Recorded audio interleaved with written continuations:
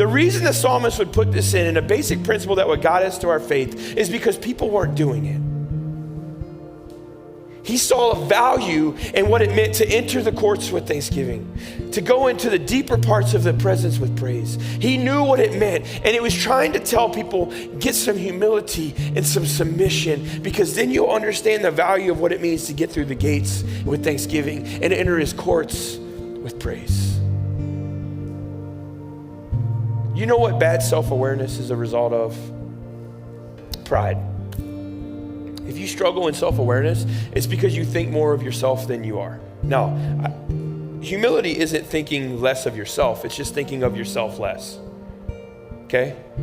Like prideful people, they'll use sicknesses and illnesses and excuses for why they have to be focused on themselves, but it's really just they're not thinking about anybody else. They don't care.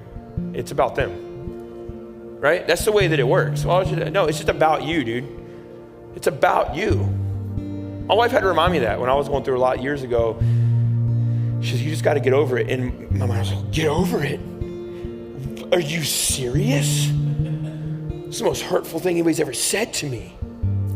I'm so glad she did. Because what it was, I was just so wrapped up in my stuff, I couldn't see anybody around me. Just suck it up, bro. Man the heck up. That's what I told myself. Man the heck up, dog.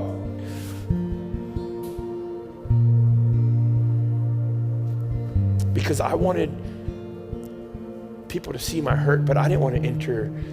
I said I want to enter the courts in a different way, but really I didn't. And I want you to choose joy. He's just like, just choose me. Choose joy. Why do we worry about things that we can't control? Why do we get overwhelmed by things that we can't control? You ever wonder why your life has a vicious cycle that you just can't seem to get out of? It's because you're still making decisions for it, right? I've heard of people that took 4 and 5 years to be obedient. And it's like, why did you do that to yourself? Because God ain't changing his mind. It's not like he's going to say, you know what? You wore me out. You have it your way. You feel me? Like, why do we do this? Why do you have trouble pressing in during worship? It's pride. I had a pastor when I first started youth pastoring. I never really lifted my hands, and he asked me, why don't you worship? I was like, man, I worship. Who do you think you are? Tell me I don't worship. And we don't ever lift your hands. And I thought, what a personal question. It's like asking me how I kiss my wife. You know, it's like, that's none of your business, bro. She's still here. Like, what are you talking about? You know, you get like that prideful self-protection. What he was saying, he was asking me, Brandon, I know that you're not a true worshiper. I was insecure, man. I wasn't sure about myself. I knew I loved God, but I wasn't quite sure about how that was going to go down. That wasn't something I practiced. My wife has always been a worshiper because when she found God, she was like 110, she one of those, go off, and I'd step away a little bit because, she was singing like she was leading worship. I was like, go, girl, let's go. Jesus, Jesus, Jesus. But what I'm asking you is, what's keeping you from being a true worshiper? What I mean by that is someone who just doesn't care. You don't care about what your physical is saying. That doesn't mean you're doing a spirit dance with a flag and you're doing a cartwheel. It's not what I'm saying.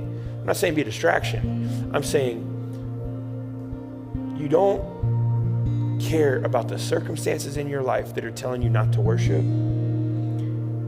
You don't care about the people around you that think you shouldn't be lifting your hand. You don't care about what everything tells you because you know the only thing that matters is that your God is glorified.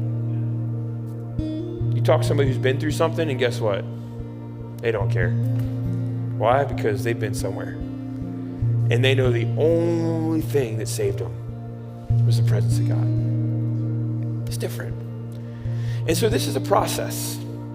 So give yourself a break. And I tell you that to be kind, but what I really believe is that just do it. Just run into his presence and let your dad hug on you.